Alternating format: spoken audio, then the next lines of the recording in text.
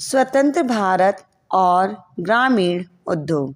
स्वतंत्रता के पूर्व से ही भारत में व्याप्त 4 रोगों गरीबी, बेकारी, अशिक्षा एवं अत्यधिक जनसंख्या तथा इसी प्रकार की अन्य सामाजिक समस्याओं से निपटने का एक ही रास्ता 30वें दशक के कांग्रेसी राजनेताओं के मन में था। उनकी दृष्टि में आर्थिक विकास की तीव्रता से इन समस्याओं का समाधान स्वतः हो जाएगा।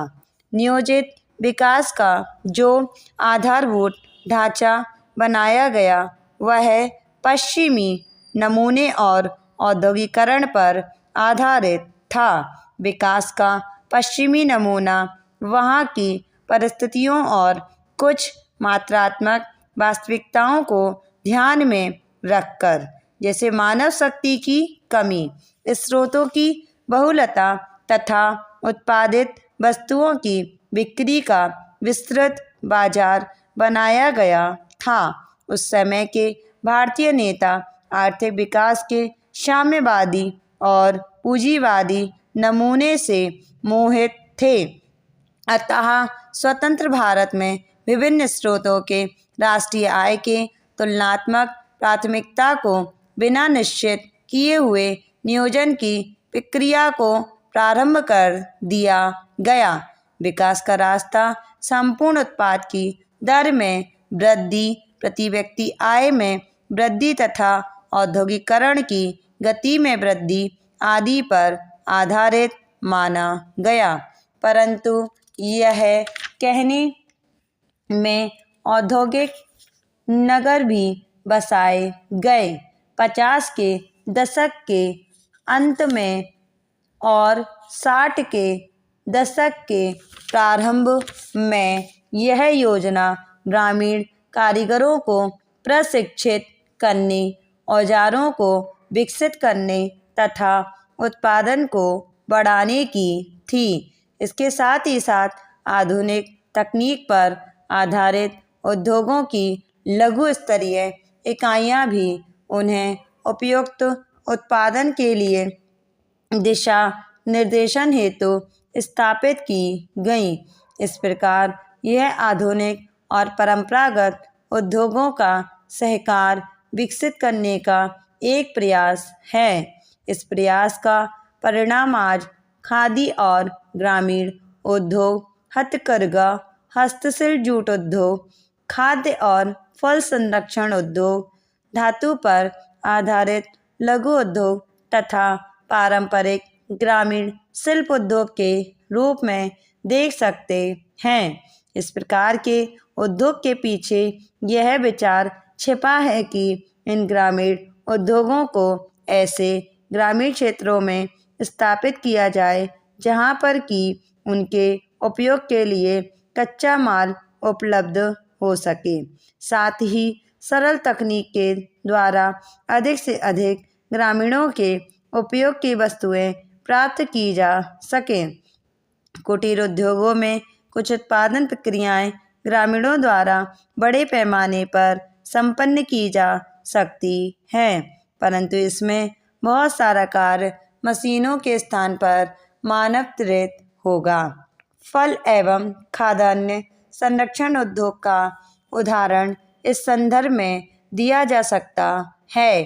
ग्रामीण इलाकों में महिलाएं खाली समय में फल एवं सब्जियों को सुखाने, चटनी, अचार और मुरब्बे बनाने का कार्य कर सकती हैं। चूना बनाने, पत्थर काटने और पेरने, ईंट तथा टाइल्स बनाने का कार्य ग्रामीण क्षेत्रों में प्राचीन काल से चला आ रहा है। इस समय ग्रामीण युवकों को स्वरोजगार के लिए ट्राइसेम योजना प्रारंभ की गई है, जिसमें प्रारंभिक स्तर पर एक विकासखंड से प्रतिवर्ष गरीब परिवारों से युवकों को प्रशिक्षित करने की व्यवस्था है। इस प्रशिक्षण में युवकों को ग्रामीण उद्योगों के लिए आवश्यक दक्षता और सहायता प्रदान की जाती है। इस प्रकार इस योजना में प्रतिवर्ष 2 लाख ग्रामीण युवकों के प्रशिक्षण और उसके अनुरूप उन्हें उद्योग स्थापना हेतु आर्थिक सहायता देने की व्यवस्था है। प्रशिक्षण के अंतर्गत उन्हें जेब खर्च के लिए धनराशि भी प्रदान की जाती है। जहां पर प्रशिक्षण कार्य में कच्चा माल प्रयुक्त होता है, उसके लिए प्रशिक्षणार्थी को रुपए प्रदान किए जाते हैं। इस प्रक्रिया में उनके द्वारा जो भी माल तैयार किया जाता है उसे प्रशिक्षणार्थी स्वयं बेचता है। इसके पीछे उसे व्यापार वृद्धि तथा खरीद बेच की प्रक्रिया में निपुणता दिलाने की भावना जुड़ी हुई है। उसे अपने उत्पादन को साथ लेकर घूम घूम कर बेचने के लिए हाकर की भांति उत्साहित भी किया जाता है। बेचने के मूल्य का 25% भाग प्रशिक्षणार्थी को दिया जाता है, जिससे उसे उत्पादन के प्रति अपनापन लगे। इससे वे अपने उत्पाद के गुण और उत्पादन भी बढ़ाने के लिए उत्साहित हो सकते हैं। देश की अर्थव्यवस्था को सुधारना और अपने चुनावी वायदे के अनुसार महंगाई कम करना नई सरकार की पहली प्राथमिकता है। वित्त मंत्री का यह कहना है कि 100 दिनों में महंगाई कम नहीं की जा सकती अपनी जगह सही है, क्योंकि देश की अर्थव्यवस्था को कई स्तरों पर नियंत्रित किया जाना है। पहले 100 दिन में महंगाई भले ही कम न हो सके, परंतु एक निश्चित समय में उस पर नियंत्रण तो कायम किया ही जा सकता है और देश का आम आदमी यही अपेक्षा करता है।